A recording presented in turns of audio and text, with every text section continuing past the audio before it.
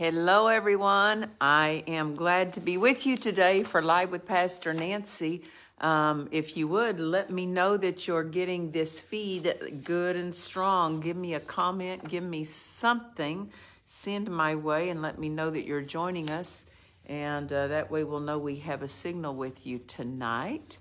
And I'm not sitting on our regular set because I like being on this setup. It feels a little bit more intimate to me. And I'm still in the studio where we do our filming, but I'm just not using all the cameras that give me all the what is that? All the flash and all the all the really great stuff. I just like, to me, it just is a little bit more personal and a little bit more intimate. So I said, hey, set me up this way tonight. So anyway, I'm glad you're with me. I'm looking to see who's coming on. Miss Leslie Edwards. I'm so glad you're joining. How are you, love? And all those babies they're doing, I know they're growing. And Miss Deborah Beachy, good to see you, love. And different ones that are coming on. We're going to just give a couple minutes here and let people come on, because we want them to have the opportunity to join us tonight. We've got our midweek service coming up, and we're raining here in California. What you doing where you're at? I mean, we weren't expecting rain, but you know what? We have no complaint, because I don't know what kind of cold y'all got in different parts of this United States that we don't have. So we'll take the rain any day over it. I want to let you know about some meetings coming up. You can go to our calendar on our website, dufresneministries.org, and you can check those out. But I'm going to be in Chula Vista, California. That is February the 26th. So that's what, about an hour and 15 minutes away from here in Murrieta. So in Chula Vista, California, February the 26th. Then I'm doing, along with my kids, I believe, are going with me to Fireball, California. We're going to be there March the 6th through the 9th in Fireball, California, March the 6th through the 9th. And that is going to be like a week-long camp meeting there that we're having. And God spoke to me about going there. I didn't know that they had invited me for a camp meeting setup, and God spoke to me about going there. And then I told my crusade department, I said, I need to go to Fireball. And they said, oh, well, they have an invitation in. So I said, hey, good, then we'll show it up. So that's March the 6th through the 9th in Fireball. And then we have, of course, our annual prayer conference here in Murrieta. That's April the 4th through the 6th. And Pastor Noel Ramos does that with me. Oh, I can see. What do I have makeup on my collar? Oh, so sorry. That's what this setup shows you. It shows you everything. And so also we have our Miracle Crusades coming up. You can go to our website and find out when those are going to be on. But Tulsa, Oklahoma is our first one upcoming. That's going to be April the 16th through the 20th. So go to our website and get information on that if you would, because we'd love to have you join us. And my goodness, did you see my mug I got today? What is that? North Carolina. I don't know. Does it read backwards when you watch it? People are telling me that my hair is parted on the wrong side when I do it on the phone instead of all the big fancy camera stuff. So I don't know. What do you think? No, it's going to read backwards, right? So it reads backwards. So just in case you can't interpret the tongues of this, it's North Carolina. And so some precious partners of ours, Anthony and Alicia Thorpe, they're the ones that sent me this. And so, hey, thank you for that. It keeps me well watered as I get to spend this time with you. I had something in my heart. God said to me for the year 2023, he said to me for our ministry and our congregation, you know, because so many ministers coming into the new year, God speaks to them about what to emphasize in this incoming year. And he said for us, he said, it's a year of flourishing faith. Now, that is not simply a confession to make. That is an instruction to take. That is an action to take, that we are to emphasize and feed on, feed our faith and make that the emphasis. Why is that? Because the upcoming years are going to call for an increased growth of faith. And so, Paul said in Thessalonians, he was writing to them, and he said, your faith groweth exceedingly. Well, that's what 2023 is to look like for this ministry, for us. And so that's what we're emphasizing. And you with your pastor may have emphasized something. That's because that's critical to where God's taking you after this year. So make sure you follow up on what your pastor has said. But, so basically I have my directive for this year that I'm going to be emphasizing faith. So tonight I'm going to talk to you a little bit about faith. Matthew 9:27. I don't know if you're able to grab your Bible there and you can read along, or I'll just read it to you. Matthew 9:27.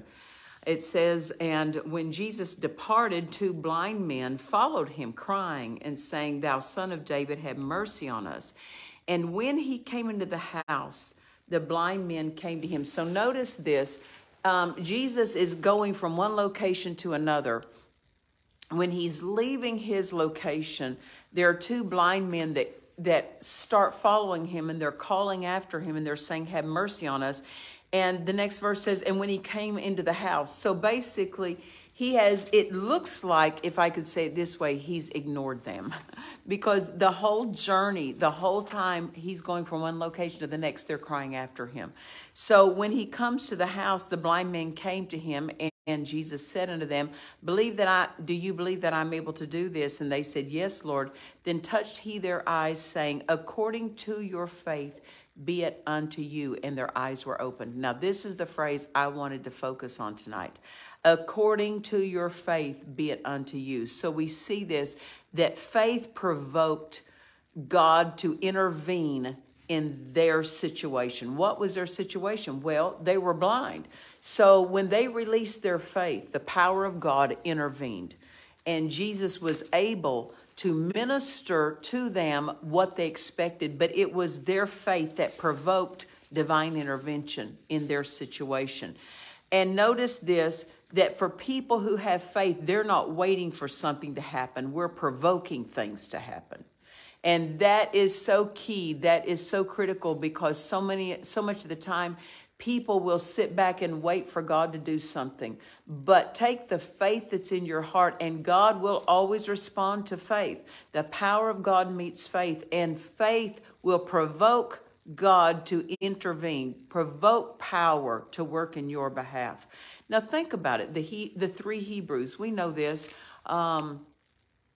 They were threatened by King Nebuchadnezzar, that all the political leaders, all the leaders of that nation, that he had set up a golden image of himself, and everyone was to bow down to that thing. Well, these 3 Hebrew men who had a covenant with God, they weren't interested in complying. And the king gave an order. When you hear the sound of the music, every one of you are to fall down on your face and worship. So it's going to be obvious who's not complying, because there are 3 men left standing in the face of all these dignitaries that have bowed down. There's 3 men that haven't done it.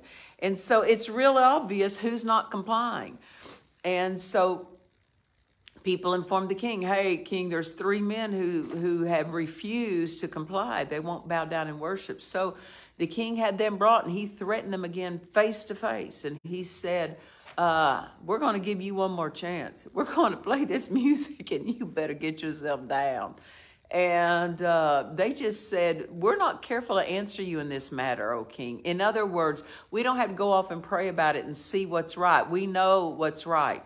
And they said, we're not careful to answer you. And they said, if it be so, if you do throw us in, God will deliver us. But if not, if you don't throw us in, Meaning, because so many people have misread that and misunderstood that when they said, if you throw us in, God will deliver us. So they've already stated by faith what's going to happen. God will deliver us if you throw us in.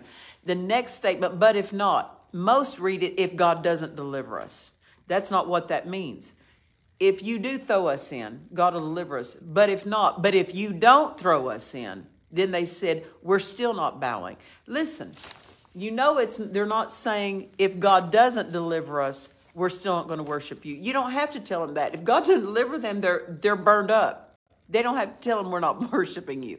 So they're saying, we believe you'll change your word before God will fail to deliver us. So and you know, when a king is in front of all the dignitaries of his nation, he's not looking to change his word in front of them. So they say, if you throw us in, God will deliver us. So they have declared exactly what their faith is on. God will deliver us. Then they said, but if not, but if you don't throw us in, be it known unto thee, King, we're still not bowing and worshiping. So they weren't trying to, if I could say this, rescue themselves.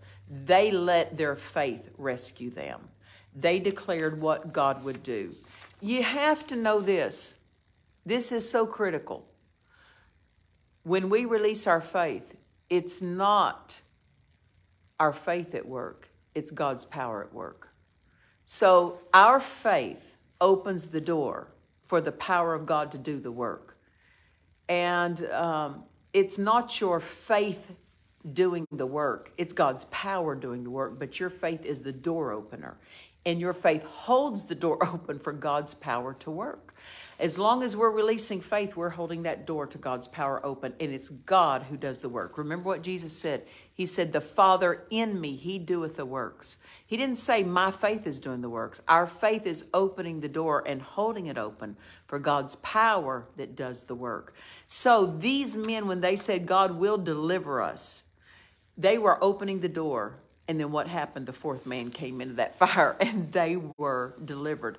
Now, I don't know about you. If I was them, I would have been okay if God would have delivered me before they threw me into the fire, right? Wouldn't you think? God let them go all the way into the fire. Why?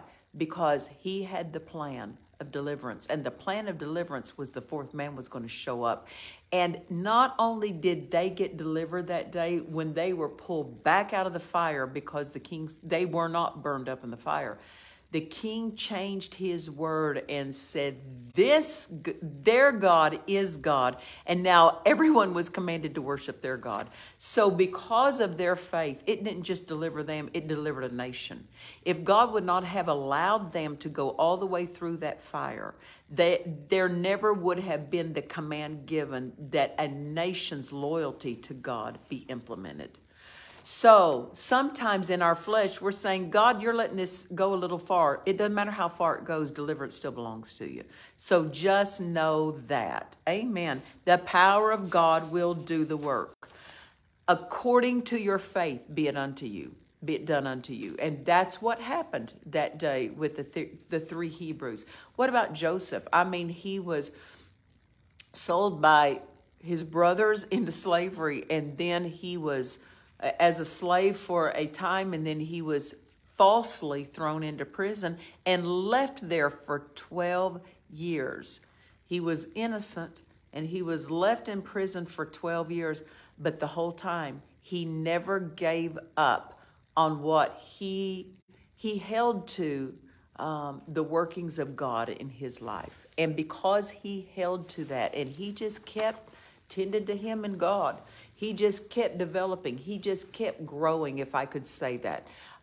He did not let bitterness in. He did not let resentment in. He didn't let unforgiveness toward those who had done him wrong. And listen, there was a list of them that had done him wrong, all the way from family to military people who had done him wrong. But because he just held to doing what was right, one night he went to bed as a slave. The next night he went to bed as the prime minister of the greatest nation on earth. So that's what faith will do for you. Be it done unto you according to your faith.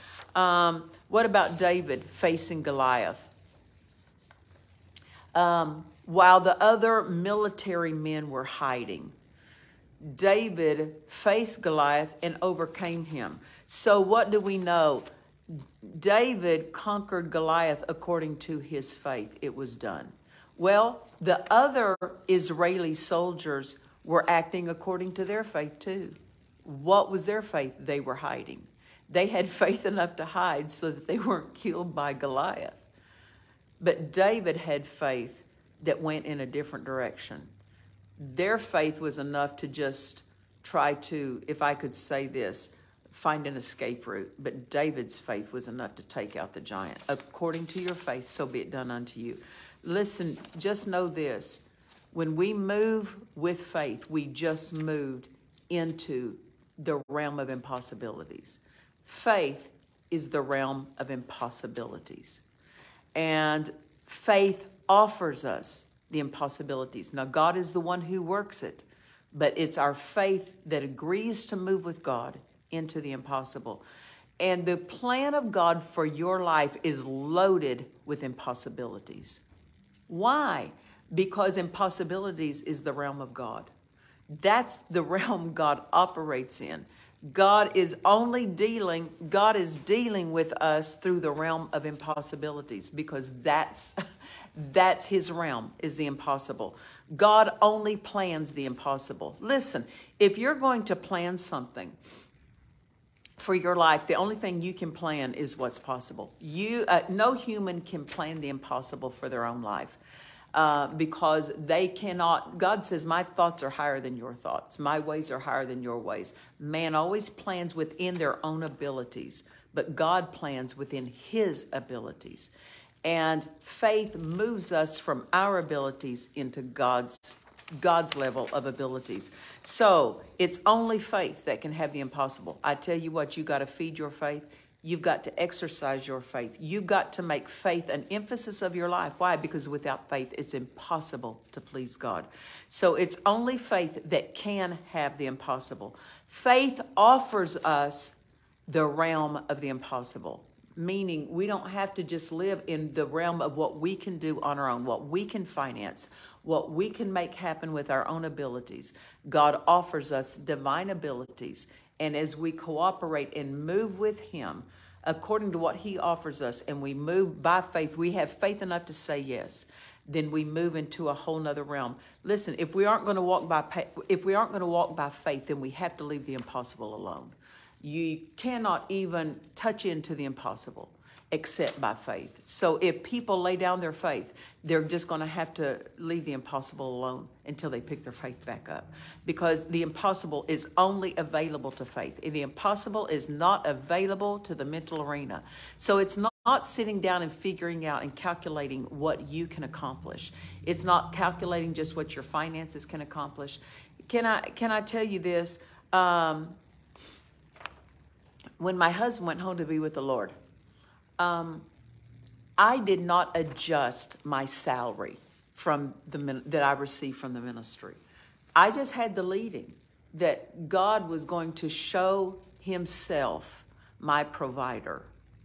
And I didn't adjust my salary. I had not adjusted my salary. My salary hadn't been adjusted, I don't know, maybe 4 years or so before my husband went home to be with the Lord. So we're looking at about maybe 2008. And I don't know the last date I had, or the last year I had a salary increase.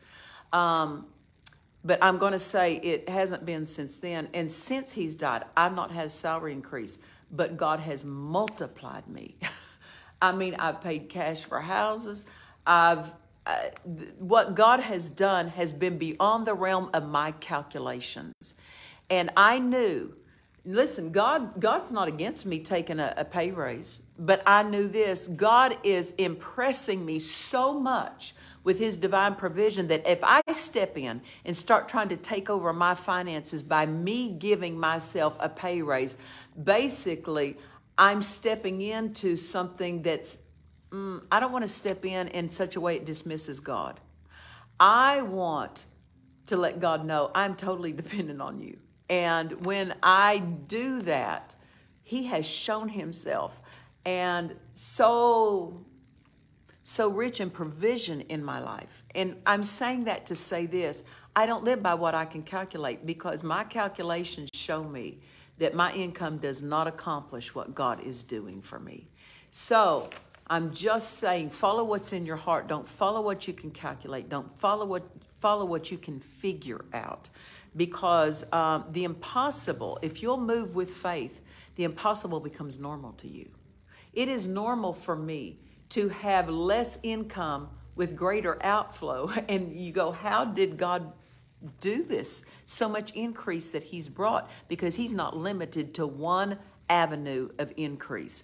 And so much of the time people are calculating and figuring out, and they only are limiting themselves to avenues they know. God has more than one avenue that he will bless your life through. Be willing to move with him into the impossible. Listen, it talks about Abraham. It said that Abraham moved with God into the unknown. Although he did not know all God was going to do, he still moved with God into the unknown. That's what faith does. It just embraces the unknown. It doesn't step back from the unknown. It launches ahead into the unknown with God, because faith doesn't go into the unknown alone. It goes there with God. So know this, the impossible belongs to faith. And this is something that God's just been dealing with us about, that we in 2023 are going to just keep emphasizing and feeding our faith and using our faith. And I would say this, faith comes by hearing, but your faith is not going to grow until you're a doer. And so just know this, the more we do the word, the more we do what faith calls on, that our faith grows. Faith comes as we hear the word, but we have to be a doer of that word for our faith to grow. Amen? So I encourage you, feed your faith. Dr. Lester Summerall, who was our pastor for so many years before he went home to be with the Lord, he would sign off his television broadcast every day with saying, feed your faith and starve your doubts. So I want you to know some things need to be starving in your life, and it's doubts, it's fear. Things will lose sway when you feed the faith of God that's on the inside of you. You have a measure of faith. If you're born again, there is a measure of the God kind of faith. So fatten that faith up. Use it. Don't leave it unused, but feed that faith. And keep using your faith, because 2023, it's a year of flourishing faith for us. And your faith is to flourish. God wants it to flourish, and it can flourish. And just move with all that God has put in your heart. But know this, everything he's going to put in your heart is going to call for your faith. We can't move ahead in God if we're not going to move by faith. If we're just going to be limited to what we can figure out, what we can reason out, what we can calculate, we're going to cheat the plan of God in our life. And we don't want to do that, because everything God has planned for us is completely available to faith. So God bless you this week as you go. And again, we want to remind you, we have our midweek service that's going to get ready to start. So you're welcome to join at 7 o'clock on Pacific time. And until next time, we'll look forward to the time we get to be with you. But we love you, and we'll see you next time. God bless you.